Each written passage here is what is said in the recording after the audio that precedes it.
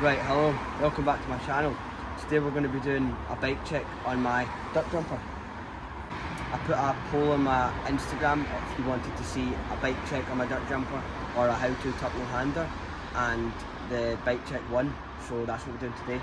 But the how-to tuck no-hander will also be getting done. That'll be out a week after this video. Right, let's get straight into it. So the frame is a Saracen ALX alloy duck jump frame. I really like this frame. It seems to be the perfect length for me. The chainstays aren't too short, like on some bikes, and they aren't too long. I like the colour of it. I believe it's a 2015 or 2018 frame. It's one of the older ones, but duck jumpers haven't really changed much, so all the geometry and things are still pretty much the same. If we move up to the fork, it is a Pike DJ RockShox fork. This fork's really good. It's solid. A lot of pro guys run them, and yeah, they're just perfect. I run 2 tokens and 200 psi in there. Yeah, it's fine. It doesn't move much, but does its job. Works when I land hard. Move down to the wheels. These are Reverse Components Black 1 rims on the reverse base hubs. You can buy these as a complete wheel set from Reverse Components. The rims are really strong. I've had some real cases on them, and they've held up perfectly. Other than just giving the spokes a tighten after a few weeks of riding them, which you have to do with all new wheels, they've been flawless. And on these wheels I'm running Maxxis DTH tyres, the 26 by 2.1. I like these tyres. They're fairly grippy, although if you ride in skate park mainly, which is what I do, they do go quite shiny and they lose their grip, so you have to kind of sand them down after a while. I run about 75 psi in there, and a lot of people ask why I run the 2.15 as opposed to the 2.3, because these ones are slightly narrower. I don't know, when I bought the bike, it came with narrower tyres on it, and then when those tyres wore out, I just bought thin ones, and I've just always rode them. I feel like I ride fine in them, so no need to change. They're lighter as well, so already having bigger wheels will make you the wheels will be heavier, so lighter tyres just counteracts that, I guess. Moving on to the back wheel, this is the same rim, the rear base hub, and same Maxxis tyre. I run the same pressure in there as I do on the front. On mountain bikes you'd run slightly less on the front to get more like cornering grip, but on a jump bike you don't really need to do that. Moving up to the cranks, these are Shimano Saint cranks in 165mm length. They are really good. They're really stiff. They're not the lightest, but I'm not too bothered about weight, just because I've had carbon cranks in the past, and to be fair, they weren't the right size for the frame, which would have made a difference, but I felt they just didn't feel as solid. These ones you stand on them and there's no flex, they're just perfect, and never touch them, they just work. Connecting the cranks to the back wheel is my chain. It's a BSD chain. It's a chain. It's a good chain. I run 32 by 13, so that's, I think, quite a fairly normal gear ratio for jump bikes on a 26 inch. It's quite light, I think. Like when I'm pedaling along the road, I do find that I max out fairly easily, but it's light enough that for tyre taps and things like that, it's really good. You don't feel like you can't get going up hills or anything. Moving up, this is my Reverse Components Nickel Vink seat. This is the sort of duck jump freestyle seat. It's really good, it's comfy, I think it looks good. I've got mine in the copper. So yeah, and this is a Shimano Pro seat post.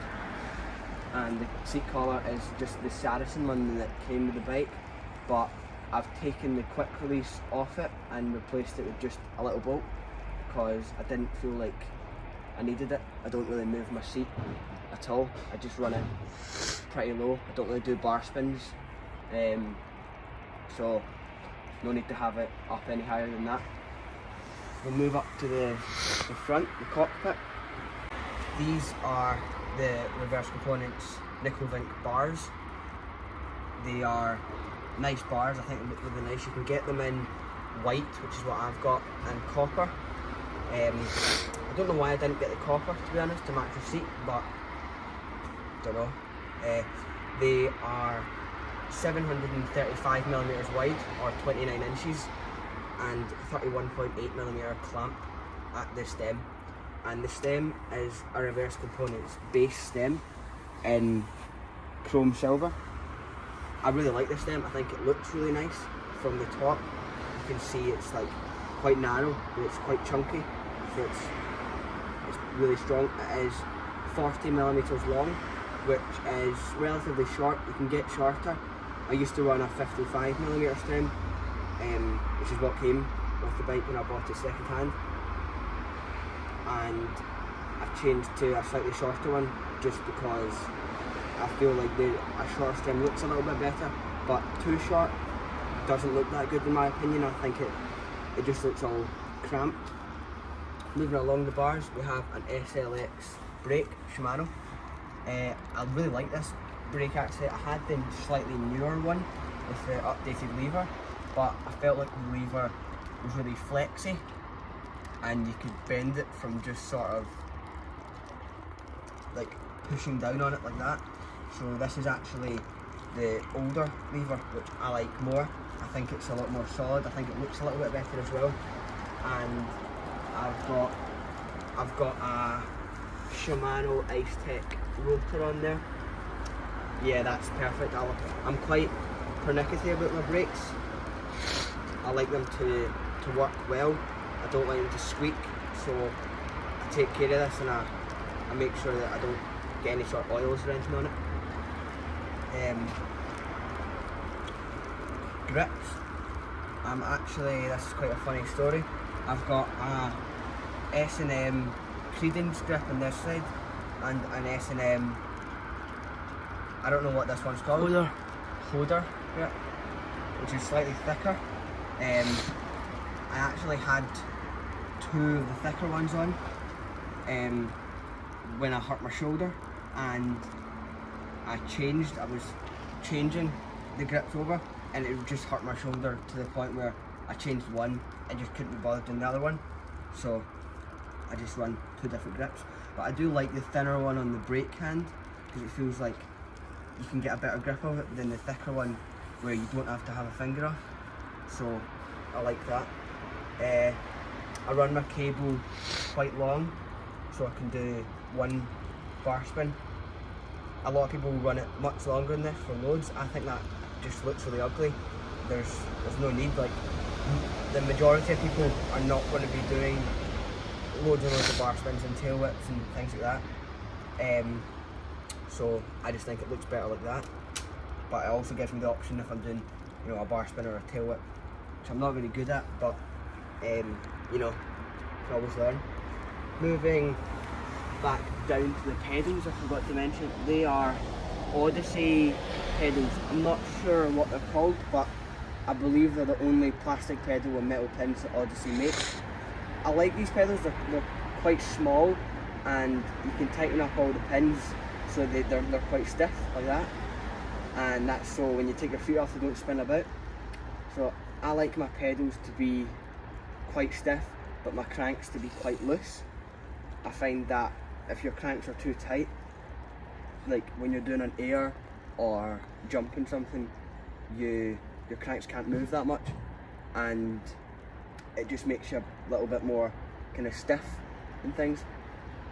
The only thing I don't like about these pedals is over time they rattle because they don't have any bearings, so they're just held together by the pins, so that just sort of wears in and they develop a little rattle, which is a bit annoying, but they're not too expensive, so every you know, 6 months or something, if I need a new pair, it's worth it.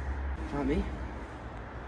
I should have missed something, but I've run the Saint bottom bracket that came with the Saint cranks. I run a Bergtech top cap, quite flashy, I like that.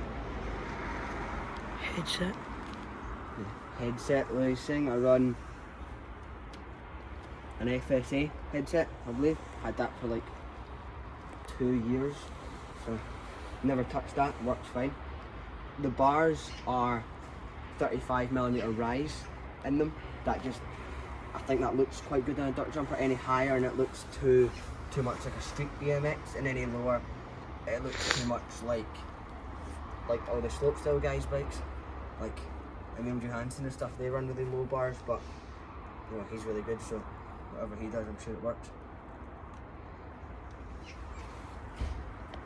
This is obviously a 26-inch wheeled bike. It is a hardtail, so there's no rear suspension, just front. I run the fork fully open. I just don't feel like, I think that just pump it up to how you like it and run it like that. I never touch this. I run these little bands on my frame, partly to hold the brake cable there, but more because I saw a slopestyle rider had that on his bike. I can't remember his name, but he rode that on his bike, and I thought it looked really cool. It looked really quite unique, and yeah, it looks good. A lot of people ask how I get them on. It's a bit of a pain, but you take your like bars and stem off and your fork out, and then you just like slide them on like that, and then put it all back together, which, you know, it's not really worth it, but it looks quite cool. In my fork, I've got a Maxo, the quick release one, so I can take my wheel off really easily. I take my wheel off quite a lot to put it in a car to go to the skate park in.